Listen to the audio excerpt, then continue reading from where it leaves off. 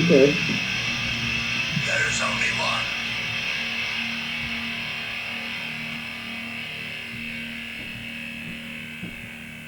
It's time to play the game. Time to play the game. Gave you a nice little mix of the two. Oh, yeah. Yeah, man. Yeah, that's cool. 25 years of Hunter Hearst Helmsley. Triple H. This is where we've gotten The to. man with 3 H's. There's you're scraping not necessarily the bottom of the barrel, but like they're trying to find like a big event for things that are happening every week. So like TNT, AEW, there's the tournament, all this other stuff, and now WWE's like, oh, what can we do? 2 nights of celebrating Triple H. Can you hear me okay? Yeah, no, you're good. I'm just making sure. But it's like because I didn't hear any like usually I hear myself. I don't know why I can't hear my own headphones right now. I need to turn my own volume up. But oh, there it is. But it was just funny to think that they, usually when they're like celebrating The Rock, they're celebrating Stone Cold, whatever it is. They show the clips, they show this and the that, and the stunning somebody in the beer truck and the whatever else, and then it's like, okay, Stone Cold comes out, that's his celebration. Nope, Triple H, 2 nights. He's got to get 2. Everybody else gets 1 night, Triple H gets 2. Yeah, but you know what? I will say this. Listen, it is monumental. It's 25 years in the business. I know. And at the end of the day, what's so hard is that it was actually a good segment. Shawn Michaels was funny. The phone call FaceTime interruptions were great. Vince coming out was great. But there was still no crowd. And something like that would have just been that much better with a crowd. It just took away from it. It was funny. It was entertaining. But it does lose something. Right, and it should have been much more. So in that respect, it kind of sucks, but... Especially because Shawn Michaels is always so witty, so he really plays to the crowd, and he needs that. Yeah, he definitely does always kind of, favor playing to the crowd. Certain guys, like John Cena's like that, too. Yeah, right. And even like, it's just so funny. You see somebody go up on the top rope and they pose, and it's like, well, who are you posing for? Because they're looking out up past the camera. Like, what are you yelling at? Right, at least somebody, like, if you're going to, look at the camera. Like, there's a camera there. You're not looking at the crowd because there's nobody here. Look at the camera and be like, yeah, me. Look over there, man. Hard to change after, wrestling for however 10 years or 15 years. Doing it the same way. It's hard to adapt to something you weren't meant to do. You're not meant to have wrestling in front of no crowds. So unless you're Ring of Honor this year, but that's another story. Well, but so let me ask you this then, though, because the word on the street now is that Vince is kind of thinking that they won't be doing live events even when the world gets back to normal. I heard that. How much truth do you think is behind that one? Because that would be horrible. And then I'm trying to think of how that even makes sense. Like, forget a health standpoint. That aside, the amount of money you would lose based on having those live events, I mean, Yeah, but they've made up so much money in television rights that it used to be that live events back in the 80s and 90s was the bulk of their profits. Now, as times change, the bulk of their profits is in television rights. So that deal they made to send Smackdown to Fox, right, gave them a lot of money. The deal with the Saudis, a lot of money. Those are the things that they're focusing on. Now, here's the caveat. It's great to focus on that if that's what you're, if you'd like to be a television production company that does a sports-based entertainment program, etc., dancing all around the words wrestling and not admitting that you're wrestling. That's fine. If that's what you want to do, that's what you want to do. But I think there's a lot that they're going to miss out on if they stop doing house shows altogether. I know they probably won't. They'll probably still do New York, Chicago, San Diego, San Francisco, Texas, and then, you know what I mean, do big states, and then do your UK tour or your Saudi tour or your Middle East tour or your Asian tour, and focus on those tours because those are the people that didn't really ever get an opportunity to see. Yeah, but live. then what are we doing about pay-per-views? Right. Well, what are we doing about when somebody wants to try out a new gimmick and we haven't practiced it yet because Right, no audience to test it out on. there are no more house shows, so we don't know how the crowd's going to react. Then again, they never gave a shit. Like they've. This is probably the most fun Vince has ever had booking the show because he doesn't have to worry about crowd reaction, and he never listened to the online fans anyway. So he's just doing whatever the fuck he wants, and he just doesn't care. Like he must be ecstatic that he can just book a wrestling show and not have to worry about the fans hijacking it and chanting for Macho Man or chanting "You suck" or bouncing around a beach ball. It's great for him. It's really bad for the for fans who want to express themselves. But if they feel like they can survive as a company that only does television, I guess that's fine. But again, But if you're only doing we're a television, wrestling company. are you telling me if it's only television? Are you telling me there's not going to be a crowd? Like, is our future going to be crowdless WWE wrestling? Because I don't think it necessarily means that. No, not hope like not. I think crowds. I would hope crowds would be back, but I think like they mean like there's just not going to be house shows. Like they'll do their Monday because it used to be Monday and Tuesday were the television tapings. Well, now it's different because it's Fridays, but and then so I guess the weekends were the house shows. They did some like random they did some during the Thursdays week. and like right, that's what yeah. I'm saying. They would do like a Wednesday or a Thursday night. I don't know. I don't like of course as an old school wrestling fan, that's not something that you would like to hear. No, we're not. It goes right up there with we're making movies, pal. All right, well, you're making movies, but the problem is once you start making a movie, it becomes more of a movie and less of a match. Right. And it goes away from what We know. I like, what we know is, or what I enjoy about wrestling is the wrestling matches. Like, the promos and all that are inclusive of that, but it's all serves that if you do all of these segments and build up a story, within professional wrestling, the logical conclusion is a professional wrestling match. That's how you settle everything. Right. It has to build. What if when The Undertaker was training the Ultimate Warrior, they decided that the big blow-off was that the Ultimate Warrior got out of that room that was full of the poisonous snakes. Or no, it was Snake Man. That's what it was. It was Jake the Snake, not The Undertaker. Teach me, Snake Man, and they're burying him and shit. And so he has the poisonous snakes in the room. You shouldn't have trusted a snake, all that stuff. But then what if he just continued and he escaped? He made a heroic escape out of the room and beat up Jake the Snake, and that was it. And he posed and he goes, "Yes, I did it," like Edge after he beat Randy Orton. I did it. Well, what did you do? You beat him in front of nobody. It doesn't matter. Like even just Johnny Gargano and Tommaso Ciampa. I love these guys, but I just didn't care. It didn't matter. I don't care that it was all done in one take. That's really impressive. It wasn't really done in one take because nothing that they did was done in one take. Everything was filmed with multiple takes. But we'll just go with that. It was filmed in one take. I'm just saying, that's wonderful and all, but it's this is right around where people start to lose. Like I love the hardcore title and the hardcore matches, but this is like right around when it started to get silly. And Right. They would do it in like a ball pit, and they do it at the circus and shit. Like this is the point we're at now. Oh well, what are we gonna do? Oh well, we'll break some windows backstage at the Performance Center. But now we're gonna have people run through the office and How many times can they wreck the Performance Center at this point? I know, right? That's been done a bunch, and now they're gonna do a live action version of the Super Bowl commercial from 20+ years ago.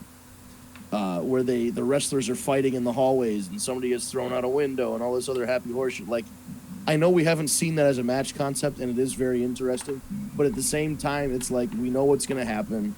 Somebody who's dressed like an office worker but is like, on a bunch of Mexican supplements and has his hair bleached blonde, but he works in an office, wink, wink, is walking by and gets bumped and spills his coffee or spills his paper up in the air. Or, you know, they're gonna knock out the guy in the lunchroom and throw around the food, and there's gonna be a food fight in the lunchroom. And then they're gonna go to Vince McMahon's weight room, and then they're gonna get to the roof, and like somebody's gonna make like they're falling off the roof. I get it. I haven't seen it yet, but I get it. I know what's gonna happen. You know what though? I'm actually starting to get a little excited to see. I do want to see. You know, it's going to be very different. It's going to be cool. I hope. But, you know, I really hope like WWE doesn't change permanently for the worse, because a lot of things are, man. It's fucking COVID ruined everything. I asked like a hypothetical. My parents go bowling a lot. I said to them, well, when you go and get bowling shoes, you rent the bowling shoes. Right. I know they spray the stuff on the inside that like disinfects it after somebody else wears it, but now think about it. Somebody touched those shoes when they rented them. How many people rented that pair of shoes? How many people touched them? Did they sanitize them in between every time? Did they sanitize not just the inside? Did they sanitize the outside because the person touched them with their dirty hands? Like, everything that we're in... You can take that and go to, like, restaurants. How do we know? You know what? Now you're going to be paranoid about people in fucking restaurants. You're going to be paranoid about people handing you your shoes in the bowling alley. You're going to worry that the guy who handed you your ticket at the movie theater coughed before he gave you your fucking ticket, and then he got his dirty-ass germs on the ticket. I have my own ball and shoes, actually. Yes, that is the solution. Buy your own balls and shoes. It's a good investment to go bowling. Buy your own balls. Yes, buy your own balls. Yeah. But it's just fun. Everything is going to change, Steve, to your point. You know, the industries that we know are going to change to reflect whatever, you know, whatever safety, health, or even just financially. Right. They're going to change based on, you know, what's going on. And again, look at that. What's keeping them afloat right now at WWE? They can't run live shows.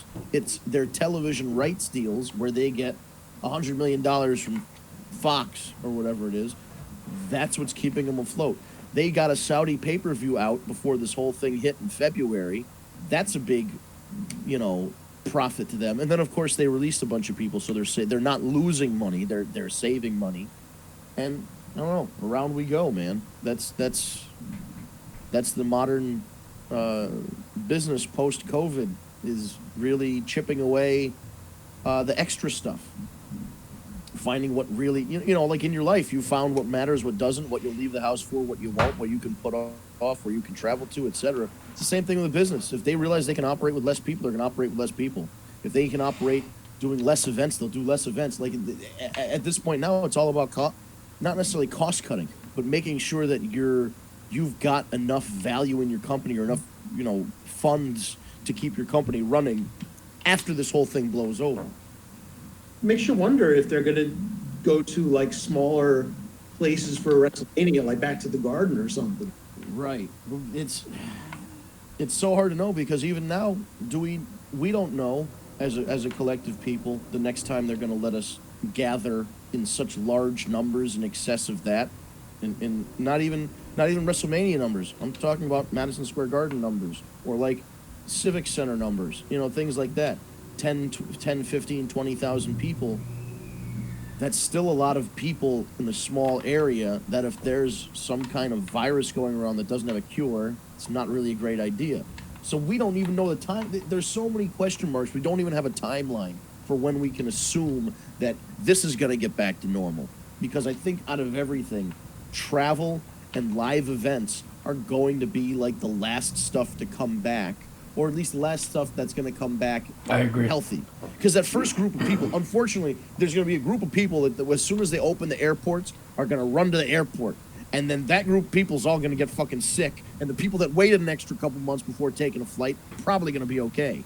But there's going to be another wave of this where, like, okay, it's fine to go outside. And we start going outside, we start traveling, interacting with more people. The more people you interact with, the more likely you can get some illness. Boom, we're right back, you know, we're back in the thick of it. So who fucking knows, man? This is, it's thrown a wrench into every aspect of everyone's life. Yeah, it really has. Fucking knows. It's like, crazy. Just going to the grocery store is like a special thing now. There's a process to it. Everybody's wearing a mask. Yeah. Holy shit. It's scary. 6 feet apart, one at a time, that whole thing. Yep, we got the tape on the floor to tell you how far away 6 feet Yeah, they is. did that at Target. They even did that outside Target. They got one-way lines in the grocery store, so when you go, you can only go one way down an aisle. You got to like snake your way through the store now. Oh, That was God. that was what it was like for me yesterday. Wow. And I hadn't been out in like 10 days. Yeah, so I don't know, man. So this is weird. I was listening to like the the wrestling reporters and all this. So one thing is last week's Raw was like the lowest Raw ever, and of course it's going to be because of the situation. It was like a 1.9 million average. It's not great. I don't know how great this week's is going to be. And then since we talked about it already, I want to see what you've already made your comment on it, but I want to elaborate on this a little.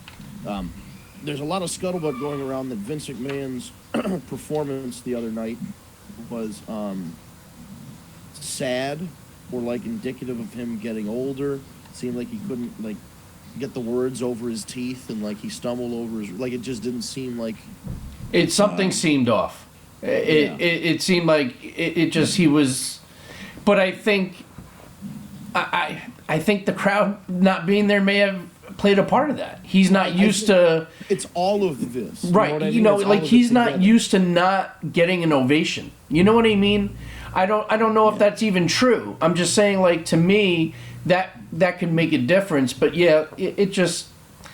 I don't think we're gonna see Vince too much more coming out. I think. Right. Well, also, I mean, think about it. If you're running a company and you're in the situation we're in, where the company could potentially lose millions and millions of dollars, you just had to fire like 20. You didn't have to, but you did. You chose to fire 20 people.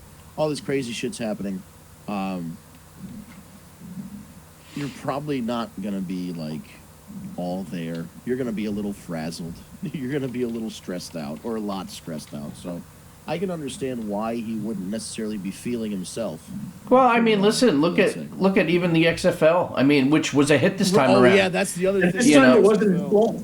Yeah, no, like it was off to a great start and it was looking great and people were excited about it and it was actually looking like it was going to take off and then this shit happened and he had to file bankruptcy on that and you know, it sucks. Oh, I know. Now he's getting sued by Oliver Luck. Yeah, so what's that about? I heard a little bit of that. Basically alleging that Oliver Luck was wrongfully terminated from the XFL. I don't know the specifics of it, but it's pretty interesting that he would choose to do that. I guess he was let go a couple days before the announcement was made that they were liquidating the company or something. I really don't know what he's alleging that was, false. You sign a contract, and then the company went under. That's kind of what happened, but I don't know the specifics of it, so I can't say who was right or wrong. Right. A little bit more comes out about it. It's just an odd situation that, I mean, the guy's trying to get the rest of his contract for like the next 2 or 3 years, and probably a little bit extra money on top of that. And I mean, I'm not opposed to the guy trying to get his money. It turns out that the biggest creditor, or one of the biggest creditors of the XFL, is Vince McMahon. So yes, he filed for bankruptcy. However, because he's one of the largest creditors, if and when the company's liquidated or bought out or the assets sold off, he's the one that's going to get the recouping of the funds, so to speak. So we'll see what happens with that. Yeah. It's just interesting to think that they bankrupted the company. It's not making money, and then the biggest creditor, the person who put the most in, obviously, was Vince McMahon. But that just means that he's going to get some of his investment back. So won't some of the other people who invested and lost their money. But he's definitely one of them that could end up not making out, but at least recovering with this bankruptcy procedure. I don't have much to say about last night's Raw because it wasn't bad. It wasn't good. It was just kind of there, like it has been for the last couple weeks. But I agree, it wasn't bad. No. I thought I really like what they're doing with Ricochet and Yes, that is definitely a positive. I like that. I actually like the whole Selena team that they got going on. Zelina. I kind of like, I think the undercard is actually probably the best spot that it's been in a little while because they are, they've got some people out there that can work now. It's funny that you can tell Liv Morgan is starting to get a push. Yeah. She was among that pool of girls who, when somebody needed to get a push, they beat her, or they beat Sarah Logan, or they beat Ruby Riott, or whoever. Now she beats Ruby Riott, and I'm like, okay, she's moving herself out of the jobber pool and trying to work. They're trying to work her out of that jobber area, which is good. I'm not mad at it. It's just funny how you can see.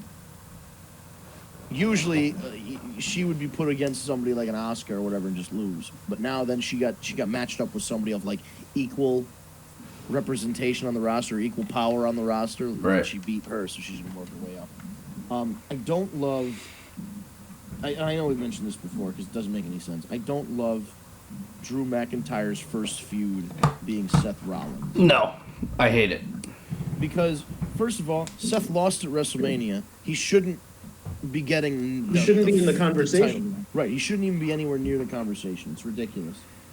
Second of all, he stole Low-Key's suit and tie with the one leather glove thing, which was ripped off from the Hitman video games where the bald guy with the tie and the leather gloves. Mm-hmm. But so I don't love that he's doing that. Not that he didn't look bad in the suit. He looks good in the suit. He's in good shape. What are you going to say? But it's just like, this was the guy that people, right around the time you introduced the Fiend, he put his foot in his mouth on Twitter saying some shit about Will Ospreay. He said some stuff about Dean Ambrose packed up his ball and went home. He said, "Oh, fans criticize me. That's okay. Yeah, I have making money and all that. Right, stuff. I have a big bank account. Blah blah blah." And people just got sick of him. Right. And they took the title off and they turned him heel. But it's like, and I understand, they don't have fans there to derail this segment or to try and sway them to go in a different direction. Not that they listen right now, but if the fans were there, I feel like this would be just, they might be moving in a different direction where somebody else would get the title shot. I just think it kills Drew right away. Like, you're putting him in a feud with a guy that people already are sick of. So... Well, it doesn't kill... Listen, it's not going to kill Drew unless he loses. If he loses to Seth Rollins, then... Whole thing is, right, but it's all kind of like... I don't know. It's all just... It drags for me, man. Let's just say it's a good thing it's not Jinder Mahal. So it could be... Holy shit. I'll tell you what, he looked pretty good. I mean, overall, like, even his performance in the ring. The finest Mexican supplements. Yeah, right. But he's, oh my God! It was so funny to me for them to go, "All right, ladies and gentlemen, he's coming back. You never thought you'd see him on WWE TV again, but he's here for you tonight. It's gonna blow your minds. Oh my God! Former WWE champion, drum roll please, Jinder Mahal." Holy shit! They said it with a straight face. Former WWE champion, It's Jinder so Mahal. disheartening to say that sentence with that whole thing. Well, by the end of it, do you think you're not laughing? I'd be laughing. Like, what the fuck? Those guys are very professional. To be able to say, "Ladies and gentlemen, you have former WWE champion Jinder Mahal returning to action." Who gives a flying fuck? Like, oh my God. That's You're so building funny. it up like it's somebody important. Jinder No Mahal. offense to Jinder, but I mean, goddamn, how many times can we see the Cobra Clutch Slam? We get it. He does it with such authority, though. That's right, except for that one he did on Nakamura. Yeah, true. Do you remember the one he did on Nakamura? Oh my God, that was rotten. That was rotten. If this was a straight up Indian company, then he'd be over huge. I don't even know. Maybe voice, not. My voice cracked at that. I feel Ali like was at least huge. But what I'm saying is, compare him to other Indian wrestlers. Don't you think if you built up I don't even know, it's not necessarily the Singh brothers, but you know what I mean? If you found another guy that was like his size, he might be more over. The Great Khali's more over than him. You know what I mean? It's just the idea that he's popular in India because he's Indian is kind of funny because like when Well, that was their whole rationale for giving him the title. right, and then I think they did it and they saw that it didn't correlate because Yeah. people don't just only like they do. They'll support like you know. If I'm Italian, if I see an Italian wrestler, you know that was the thing about Bruno. Bruno's big attraction was he brought the Italians in. You know, there are certain guys that they booked back then to bring in different races to attend the shows. It doesn't correlate like that anymore. When in India, I'm sure there was a certain point in India where the most popular wrestler was Hulk Hogan, and then the most popular wrestler was Bret Hart, and then the most popular wrestler in India was Stone Cold Steve Austin, and then it was The Rock, and then now it's John Cena, or not now, but you know, then it was John Cena. Now it's probably Roman Reigns. If I had to guess, in India, if you had somebody get off a plane and cause a riot, would it be Jinder Mahal or would it be Roman Reigns? The answer's going to be Roman Reigns. As excited as people would be to see Jinder Mahal, if Roman Reigns came to India and just like stood in the shopping mall, he'd cause a riot. Oh, it's like Hogan in Japan. It was huge. Yeah, but that's what I'm so like. It's not necessarily this international stuff isn't necessarily about okay. Well, this guy's from Brazil, so we're just going to make his gear green and yellow and blue like the Brazilian flag, and he's going to come out and speak Brazilian, and then when we go to Brazil on house shows, he's going to win, and everybody's going to love it. Okay, in the moment, yes, you know, it's Chinese food. You eat the egg roll, you're full for 5 minutes. That doesn't help the crowd like this guy anymore. They don't get to know a lot about him. They just know that he's from Brazil. You know what I mean? Like, it doesn't help him proceed. It's not like getting Carlos Colon from Puerto Rico or something. Right, and trying to make him into like because Carlito, when Carlito came in, yes, he was Hispanic. He did the whole deal, the apple, poof, be cool, blah blah blah. He had the guy Jesus with him, you know, all that stuff. But it wasn't just like, you know, I'm gonna hang with my homies and eat some chicken with sazon on it, and then we're gonna drink some Goya. You know what I mean? Like he didn't do that. That's not what you do with a Puerto Rican. His brother and cousin ended up doing that later on. And then we're trying to sell real estate with the. It got him nowhere. That was such a shitty. The shining star of Puerto Rico. All right. First of all, I don't know. My parents have a timeshare. I shouldn't even say this, but I don't know anybody who's bought a timeshare in the last 15 years. And I guess my parents were probably over that. There was a point in time where the idea of a timeshare was like a very hot, trendy thing that people did, and then the fallout of owning a bad timeshare as opposed to a good timeshare is that you end up paying a lot of money and you don't use it as much as you want. So you get kind of wrapped up in this scam where every year you're paying an annual fee for something that you don't use. That's great. There's no real way to explain that to somebody who's 8 years old watching TV, wondering why these two tag team guys are handing pamphlets out. It doesn't make any sense. It's too much to explain. Duke the Drum Dumpster Drozy, he was a garbage man. We get it. Abe Knuckleball Schwartz, he played baseball. We fucking get it. If you sell timeshares and somebody doesn't know what a timeshare is or doesn't understand the joke behind timeshares being like a pain in the ass sometimes, it doesn't work. It just doesn't. It's such they were doing this in like 2015. It doesn't make any sense. And if kids are a main focus, yeah. Right. Supposedly, if kids are a main focus.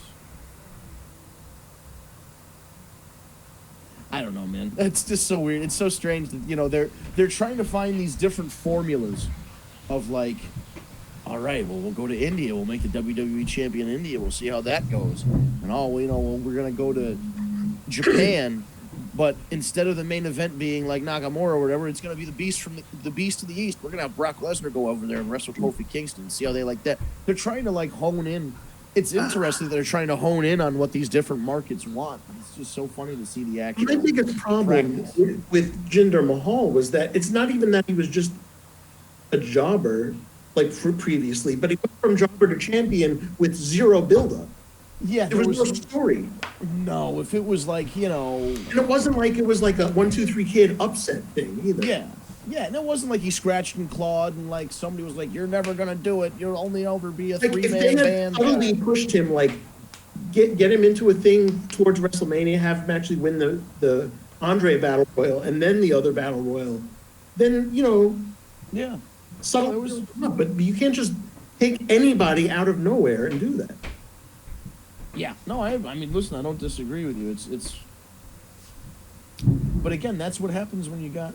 I mean, Vince Russo thought, you know, it would be good to put David Arquette as the WCW champion. Yeah. That was almost 20 years ago, a few days ago. 20, yeah, as of a few days ago, it was 20 years, which is unbelievable. I think it's been 20. But you know what? To be honest, that belt didn't mean shit by the time he got it. Oh my God, it didn't. But It that was changed just like that's 29 times that year or something. And again, and I still say, like, I'm sorry, David Arquette is a shitty actor. I don't agree with that. I like David Arquette. But he's only like he's David Arquette. You're not gonna like this. I thought Ready to Rumble sucked. Most people did think it sucked. It's a bad movie, but I love it. I loved it, but it was a bad It movie. made wrestling fans look fucking stupid. You can stop. acknowledge it's a bad movie and then just like Enjoy it. I know it's a bad movie. It was like It was a horrible movie, but it was fucking hilarious. I can't do it. But how would we live in the world without knowing that a diamond cutter upside down is a pussy? You know, I couldn't live without that information.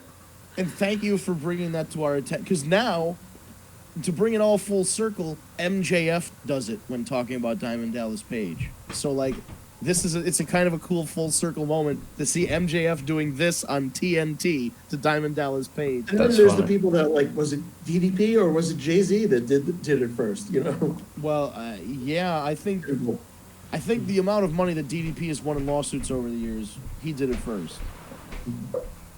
And that wasn't even supposed to, I don't even think it's supposed to be theirs was like it was The Rock. So it was like a Rockefeller, it was like a triangle. It wasn't really a diamond cut. And then, of course, you have Wu-Tang. Yeah. Wu-Tang Clan ain't nothing to fuck with. But anyway, a handy-dandy guide for any of you time traveling to the year 1998. I just keep thinking like Chappelle's show, and like... Yeah, Wu-Tang Financial. It's The Rock. It's The Rock. That's funny. Oh. So, what about AEW? What are the feelings? I mean, I've been enjoying the show. I'm not gonna lie. I like Le Champion on commentary. Oh yeah, he's great on commentary. He's great on commentary. He the whole thing they do with the bubbly bunch is gold. Those things on Zoom, those little meetings, and then they Did they invent that flim flam thing? Like, what the fuck is that? Well, they called it. I guess that was probably Chris Jericho's way of getting around the copyright of. They didn't want to use the phrase TikTok, the app TikTok. Right. Okay. Flim flam. That makes it even more awesome. So when they said flim flam dances, I was like, "What the fuck is a flim flam dance?" But then, yeah, they once you see like the little fake TikTok logo that looks like a J for Jericho. Then you get it, you know. I mean, it allows a guy like Jake Hager to show some personality. Because when does he ever show any personality, ever? True story. Videos. The other week when they did one, he goes, "Earmuffs, kids." He goes, "I'm going to beat the shit out of Dean Ambrose." Like, oh, okay. Or John Moxley, whatever the fuck. It was great just to hear him go, "I'm just going to earmuffs, kids," and then go back to, "I'm going to beat the shit out of John Moxley." I'm like, shit, taking the page out of, what the fuck was that movie? That was Old School. Old School, yeah. I love what they're doing with Dr. Britt Baker. She went from somebody who was absolutely terrible to somebody who's really improved. Right? Pretty She's quickly. come a long way. The last 6-8 months or so, man. Very smart to turn her, too. Well, yeah. Because that was Just like, I mean, we get it. She's a doctor, all right. But you've got to make that a heel then. Oh, for sure. well, and that's the heel move is great. She's doing it well. She's come a very long way. But you also got to look who she's working with right now. Like, look who she has to lean to, you know, for guidance and shit. I mean, it's a good spot for her. I like what she's doing. I don't know. I like the whole deal. I you know, Jake Roberts. I love his promos. Archer, right? Lance Archer. I never got into him. No, me either. But I gotta tell you what, he's impressing me. I'm enjoying whatever they're doing in AEW right now with him, and I like the whole story. How he's pissed off that the only way he could support himself was going to Japan, and now he's pissed off, like he has a chip on his shoulder. Right. I like the whole deal. I think we're seeing in AEW the brilliance of be creative. Yeah, it's really sink or swim, because you put out Brandy says, okay, I want to do something. We're going to call it the Nightmare Collective. It's with Awesome Kong, this, that, and the other thing. They try it. It's sink or swim. It didn't work. They found a way out of it. Dark Order. Okay, what do you want to do? We're the Dark Order. We're Spooky Fight Club. Whatever. There's an Exalted One. At first, it wasn't great. Then those guys were given an opportunity. Instead of finding a way out of the story, they found a way to change the story to make it better. So, and then once Harper got there, it got even better. Right, and so the thing that they wouldn't do on WWE television was kind of give you, at least nowadays, was give you that leeway, like give you enough rope to hang yourself with. Okay, go out there, you got a 5-minute promo to cut on so-and-so for whatever next the show is, and this is the stipulation, and this is what you got to tell them. Go. That was the old school mentality of wrestling. You got a little bit of information, and you went out there and you cut a promo based on what you wanted to talk about and how you wanted to feel. Instead, now there's 30 writers filtered through Vince McMahon, filtered back out through 30 writers, filtered out to a producer, and you get a script that you have to memorize, and then they change the script, and then the whatever, and then fucking 9:30 comes around, and you're standing in the middle of this, Raw, trying to remember lines that somebody else wrote for you. The biggest one, like we would say, is Roman Reigns, because you could definitely, when he's definitely as scripted, it's better. It comes off better. Yeah, he comes off like a real human being. Like, come on, like Roddy Piper. There's no fucking way anybody told him to say any of that shit. No, That was straight off the noggin. For sure. No, and even when he would come back, I'm sure. I mean, cocaine probably helps. Yeah, well, that always does in wrestling. Cocaine's a hell drug. Yeah, it's different to see the AEW product versus the There WWE seems to be product. more less restrictions on creative freedom, which is good. And also, just like during these lockdown, quarantine, self-isolation, whatever you want to call them, shows, they have maybe 10 wrestlers out there, 5 or 10, and they all keep 6 feet away from each other, but they're all in like the stands where the audience would be, and the baby faces cheer for the baby faces and the heels cheer for the heels.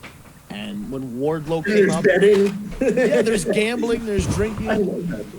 When Wardlow's opponent came out the other week and he was this little guy, all the heels started chanting, "Wardlow's gonna kill you," and then like he picked the kid up and spun him around, and all the heels were like, "Yeah, kick his ass." I mean, I can't imagine them all chanting CM Punk though. Could you imagine? Like, what if the match got really boring and one of them, like MJF, just goes CM Punk? But they're doing different stuff, and they're doing different stuff on Being the Elite. Being the Elite, the 201st episode went up yesterday.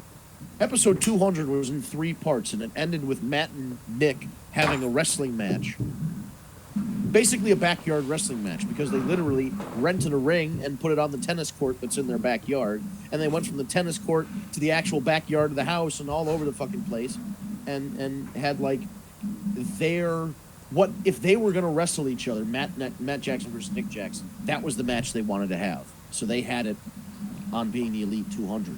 Like when the Hardys were first starting out with the Omega company they had. Right, and they were wrestling the back. It was very, it's very reminiscent of those, the Young Bucks starting their own backyard company like they did back in the day. Yeah. Doing it. Well, look back to Mick Foley, shit.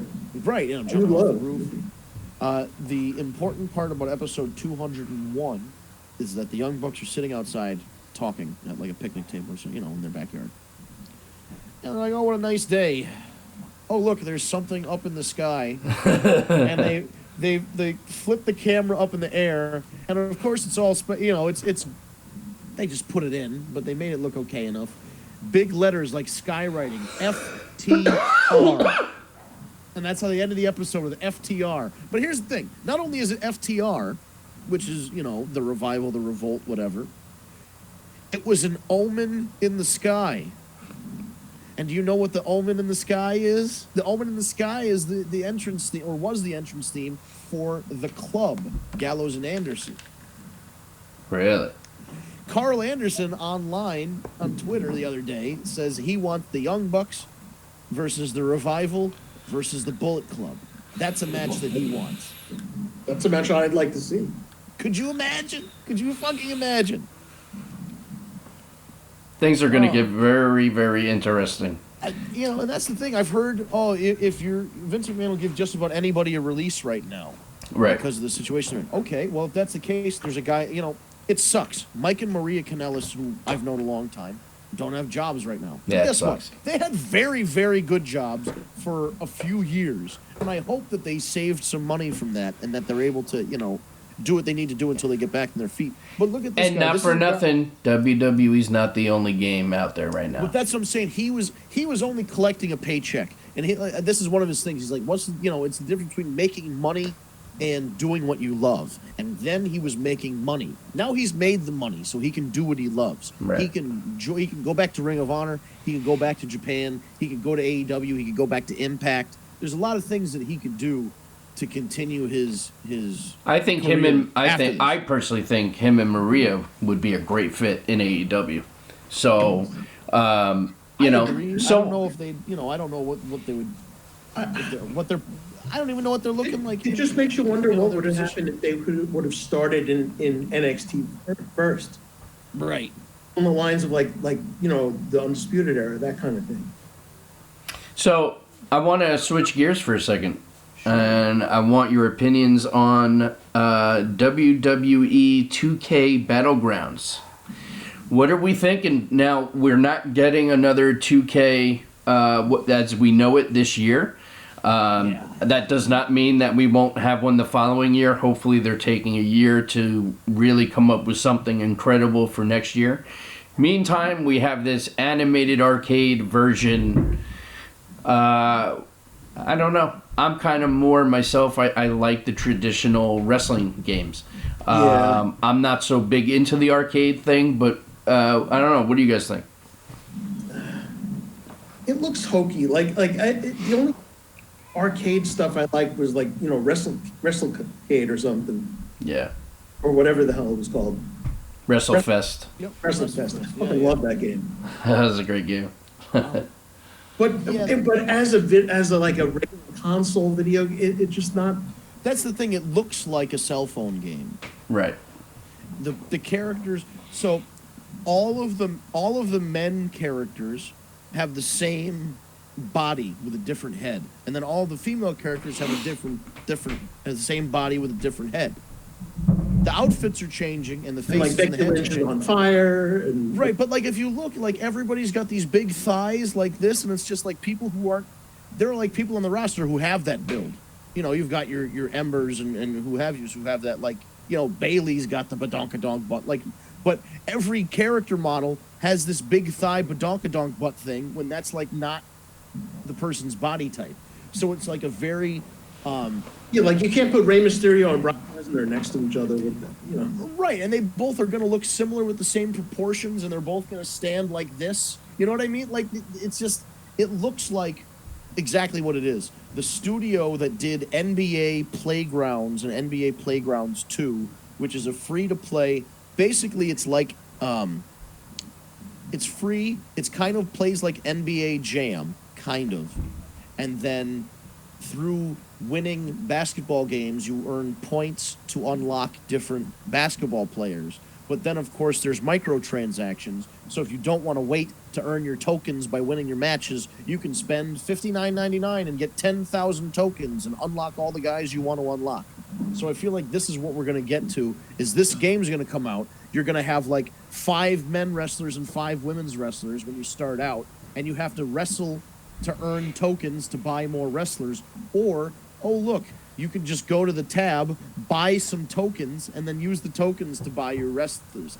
That's my fear, is that it's going to be nothing but microtransactions. 100%, I agree with you. It's going to be just like their app, like their it's called the WWE Universe app or something. It's going to be similar to something like that. That's how I see it.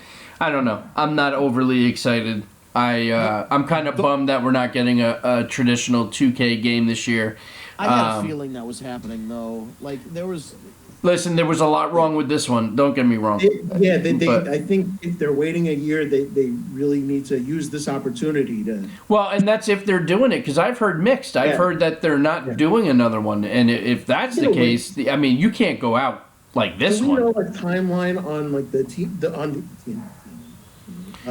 AEW? So no, the last I heard is that Cody asked everyone to be patient, that they want to do it right, and that they're going to take their time and do it the right way. Kenny Omega has a lot to do with the development of the game.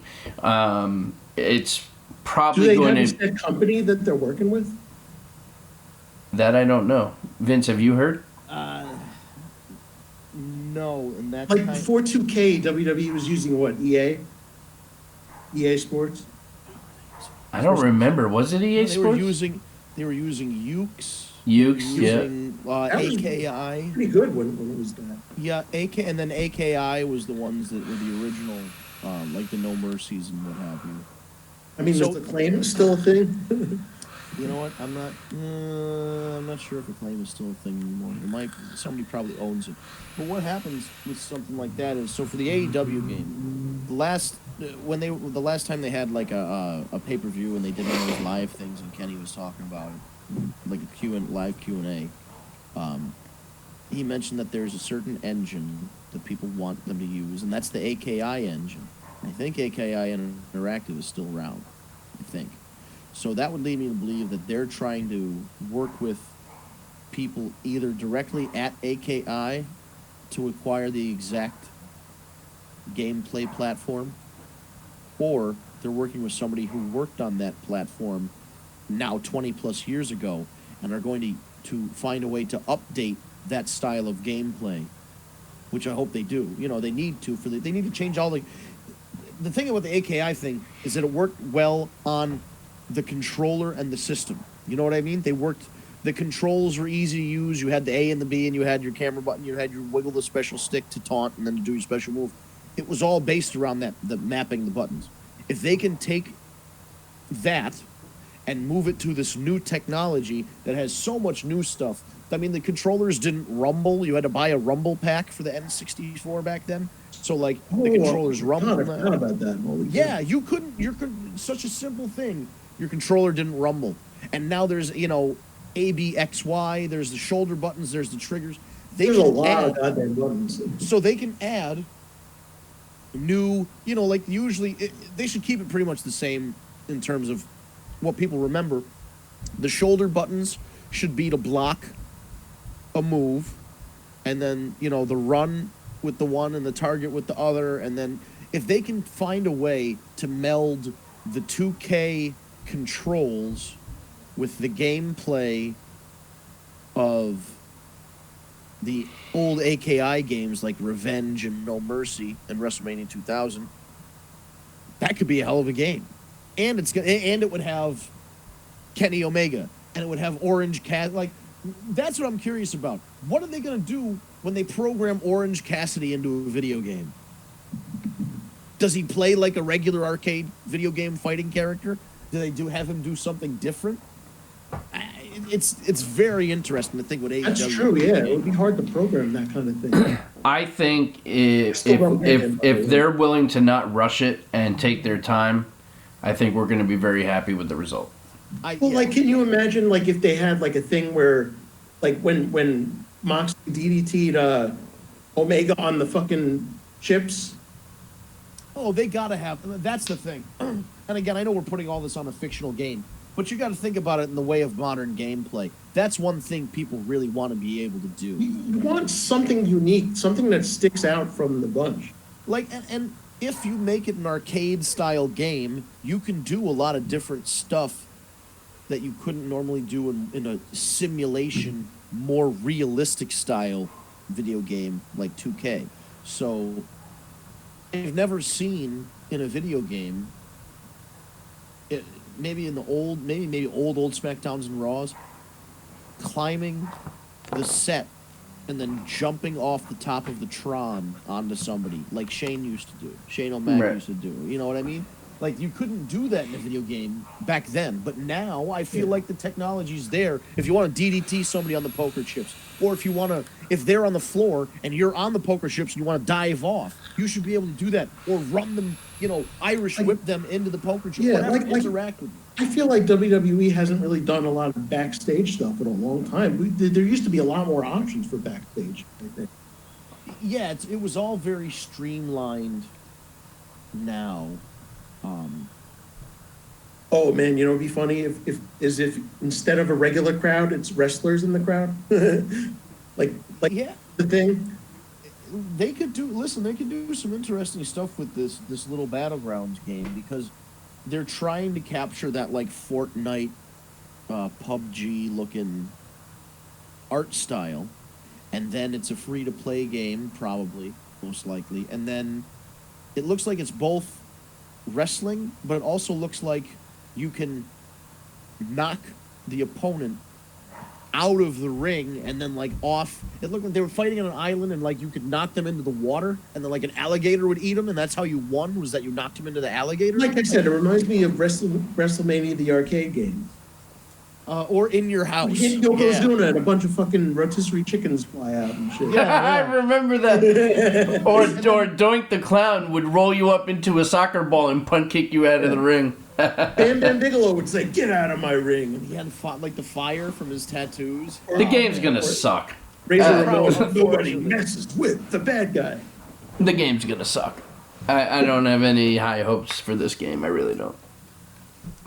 They need to do those. You remember from WWF Raw for the Nintendo 64, but then also WCW Nitro and Thunder for the PlayStation.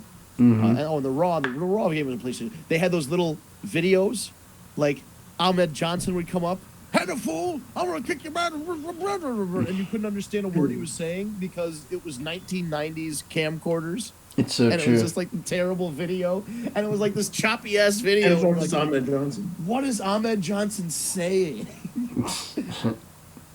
You couldn't understand Ahmed Johnson on a tell good you day. what, though, I got to be honest. For like, when he first came out as like a 15-year-old, I thought he was the shit at first. Right. And then I learned. I don't think anybody. Listen, nobody hates. I don't know who hates Ahmed Johnson. The guy came out and was a big fucking star. He was a huge guy. He was in good shape. The problem was he legitimately pounded the shit out of people. So like everybody got injured when they wrestled him. Right, and then nobody wanted to wrestle with him. Yeah. And he got injured a lot too. I'll tell you, I was always a fan of Ahmed Johnson. I liked him. I liked Ahmed's thing. But I always thought he should have a manager, because... Like him at Survivor Series, like, looked awesome, and then the whole, when he won the IC title from Goldust, and, it was going for a while. Well, he had a manager in WCW when he was Big T, and him and Stevie Ray sued Booker T. I can't even over believe use that of was the a letter thing. T. They Was had a Clarence thing. Mason with them, didn't they? It was Clarence Mason, yes, and that was his manager. That's so Oh, funny. and Ahmed Johnson looks so bad. Yeah, he looks horrible now. It's time to meet the real superstar. I'm gonna be you. And no one, like I'm saying, the short time. Just make sure you're not leaving of insurance talk. What did he At say? the very least, it's intimidating as fuck. All I got was Punk. That's the only thing I got was Punk. And on that, we are at the top of the hour. That's so funny. What a way to leave. Oh my God. When else would we talk about Ahmed Johnson? Only in these times, because he's not going to get a Legends deal. He's not coming back and beating up Heath Slater on Raw. Not the way he's looking right now. That's for sure. I have a question. What Yeah. did they end up figuring out for like the Hall of Fame? Because obviously they couldn't do an actual thing. I think they're going to do it whenever SummerSlam or whenever the next. Maybe they'll pay-per-view just is. postpone it and then just have the ceremony then. Right, or just maybe combine last year's class and this year's class for the next WrestleMania. I don't know. I would assume, to me, if WrestleMania didn't happen for whatever circumstance, SummerSlam is the next most significant pay-per-view to do it at. One of the big four. Right, it's one the of next the of the big big four. It's arguably it's the number 2. It was WrestleMania, SummerSlam was 2, Royal Rumble 3, and Survivor Series is 4. And yeah. 2 and 3 are interchangeable, really. SummerSlam and Royal Rumble could be depending on the year, flip-flop. But I mean, Survivor Series... Your Survivor Series was good, too. Yeah, but it was so funny for them to play that thing on last night on Raw. They go, hey, remember those 2 weeks when we pretended that NXT was important? And they won all their matches? And they had the balls to put November 2019. It's April. Nobody remember, like, whatever good you're trying to do from this, you should have done in November and December, not April. Why did we do this? Why do we push it off so long? But one of the coolest NXT things they did was when they NXT invaded Raw or SmackDown or whatever it was, and they came out with DX and all that. Right, and it was a tank, but it wasn't. It's not a tank, Hunter. It was never a tank. It was a Jeep. It was always a Jeep. Yeah, Please Rusev stop had trying to tell people it was a fucking tank. Rusev had a real tank, and then he lost. And then lost his job. That was the moment. But honestly, Lana still has a job. To me, that was Rusev's what if butterfly effect, things go different directions moment. If Rusev wins that match against John Cena, he's a fucking superstar. Right. He's just another guy that lost to WrestleMania to John Cena, unfortunately. Just another added to the list. Yep, another number, just another statistic.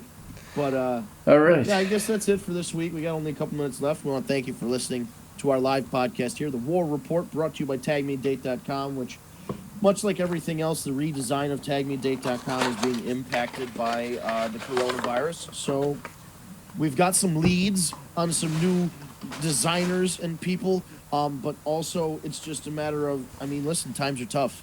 To even get the funds or the means together to design a new website and mobile app from scratch isn't a small feat. So the actual redesign and launch of the new app, in my understanding, is going to take quite a while. You know, not quite a while, but it's going to take... it's a process. Yeah, but on the positive side, it's giving us time to think of more things and to, make improvements and evolve.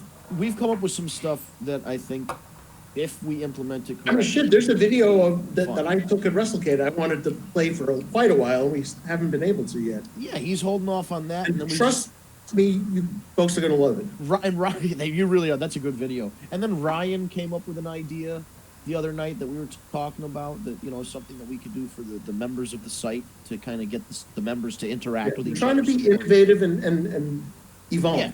No? But it also takes time because we're in the middle of a fucking global pandemic, and a million people just got sick. So the world is at a standstill, really. So. Right. When the wheels get turning again on the world, so shall the wheels get turning again on the website. But this is the best way to understand what's going on, aside from following us on social media, at Tag Me a Date everywhere. Tag Me a Date, no spaces. That's Facebook, Instagram, Twitter. If you're on YouTube, you type into the search bar "Tag Me a Date," you'll find us. The same thing with Twitch. The same thing if you prefer the audio version of the podcast instead of the video version. You can go to your podcast app of choice, whether that's Stitcher, Spotify, SoundCloud, Google Play Store, or the Apple Podcast Store. And it's free. You type in our username at Tag Me a Date. You'll find our page there. You just hit subscribe. So if you watch on YouTube, subscribe and hit the bell. If you listen audio-wise, hit subscribe on whatever podcast audio app you use, and you'll just get the latest video delivered either when we go live on YouTube or Twitch if you're subscribed there, or it'll just show up on your podcast app when the podcast is uploaded for the audio version. Ryan usually has those out within a day or two of our live show. And our live shows are Tuesday evenings, 7 p.m. on Eastern Time. So check your clocks and, act accordingly. So we'll be back next week, next Tuesday, 7 p.m. on Eastern Time. And, I think that's it. Thank you guys so much for watching. We'll be right back here on the Tag Me a Date YouTube and Twitch and all that. 7 p.m. Eastern Time next Tuesday. Thank you so much.